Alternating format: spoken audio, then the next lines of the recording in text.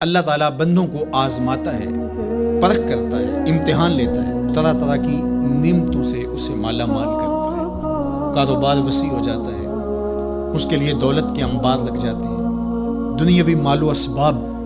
اس کے لیے جمع ہو جاتا ہے، منصب ملتا ہے، عہدہ ملتا ہے، اقتدار ملتا ہے، شان و شوکت ملتی ہے، لوگوں کے دلوں میں اس کا گھر بنتا ہے، تو اس کے ذہن میں یہ بات آتی ہے کہ میرے رب نے مجھے جو عزت دی ہے میں اس کا استحقاق رکھتا تھا، اور میں اگر اس لائق نہ ہوتا تو مجھے کیوں نوازا جاتا، تو گویا میرا رب میرے اوپر راضی ہے۔ اور پھر جب محفل نعت میں مہمان خصوصی بھی بن گئے تو پھر تو ان کے نفس کو اور تسکین مل گئی۔ جب پیر صاحب نے بھی ان کو ہی اہمیت دی تو پھر انہیں لگا کہ واقعہ ہی ہمارا رب ہم پہ راضی ہی ہے، تبھی تو ہمیں مذہبی طبقوں کے اندر بھی اہمیت مل رہی ہے، حالانکہ وہ جانتے ہیں کہ ہم نے یہ دولت کیسے حاصل کی ہے، وہ جانتے ہیں کہ ہمیں سجدے کی توفیق نصیب نہیں ہے، وہ جانتے ہیں کہ آج اس محفل میں مہمان خصوصی سے تو کل ہم شراب خانے میں تھے، انہیں پتہ ہے، لیکن اس کی طرف توجہ نہیں جاتی، سوچتے نہیں ہیں، بلکہ وہ یہ سمجھتے ہیں کہ ہمیں یہ جو عزت مل رہی ہے یہ اللہ تعالیٰ کی طرف سے ہماری کسی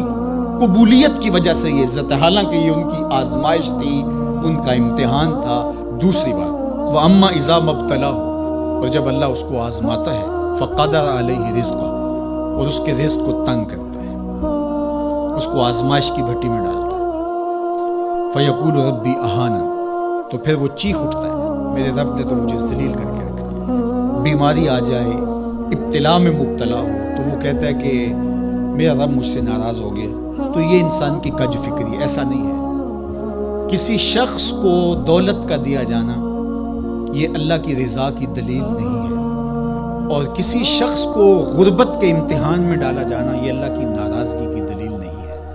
حضرت امام رازی نے لکھا ہے کہ مکے سے لے کر طائف تک 70 ایسے نبیوں کی قبریں ہیں جن کی وفات صرف بھوک کی وجہ سے ہوئی، تکلیفوں میں، آزمائشوں میں، امتحانوں میں، ابتلاؤں میں اس کے بندے رہے۔ میرے اور آپ کے آقا و مولا حضور ختمی المرتبت کے گھر میں کبھی برابر چولہا نہیں جلتا تھا، کبھی کھانے کے لیے کچھ میسر نہیں ہوتا تھا، پانی پی کے اور کھجور کھا کے گزارا ہوتا تھا، تو یہ تو کوئی دلیل نہیں ہے۔ اللہ کی رضا کی دلیل کیا ہے؟ نیکی کی توفیق مل جانا، اور اللہ کی ناراضگی کی دلیل کیا ہے؟ کسی شخص کا گناہ پہ دلیر ہو جانا۔ کوئی بندہ گناہ پہ دلیر ہے اور معصیت، نافرمانیاں، اللہ کے حکموں کو توڑنا اس کا مزاج ہے، تو سمجھو اللہ اس سے ناراض ہے۔ اور اگر کسی کو اللہ نے سجدے کی توفیق دی ہے، کسی کو اللہ نے اپنے راستے میں خلوص کے ساتھ خرچ کرنے کی توفیقات عطا کی ہے، حلال حرام کی تمیز اس کو عطا کر دی گئی ہے، تو پھر سمجھ لو کہ اللہ اس پہ راضی ہے۔ باقی رہی بات کہ کسی کو دولت کا زیادہ دیا جانا، کسی کو کم دیا جانا، تو یہ آزمائش ہے۔ اب جو اہل ایمان ہیں، اللہ کے بندے ہیں، وہ کیا کرتے ہیں؟ جب دولت زیادہ ملتی ہے، اقتدار ملتا ہے، منصب ملتا ہے، تو پھر اللہ کے شکر کے دائرے میں آ جاتے ہیں، اور جب مصیبت آتی ہے، تکلیف آتی ہے، اذیتوں میں مبتلا ہوتے ہیں، تو پھر وہ یہ نہیں کہتے کہ ہمارے رب نے ہمیں ذلیل کر دیا، بلکہ وہ اس پہ صبر کرتے ہیں اور اللہ کے حضور دعائیں کرتے ہیں، التجائیں کرتے ہیں کہ مالک تو نے جو جس آزمائش میں ڈالا ہمیں پورا اترنے کی توفیق نصیب فرما، ہماری سفید پوشی کا بھرم نہ ٹوٹے، اور ہمیں اس مشکل وقت سے بچانا کہ جب ہماری یہ غربت ہمیں کفر تک لے جائے،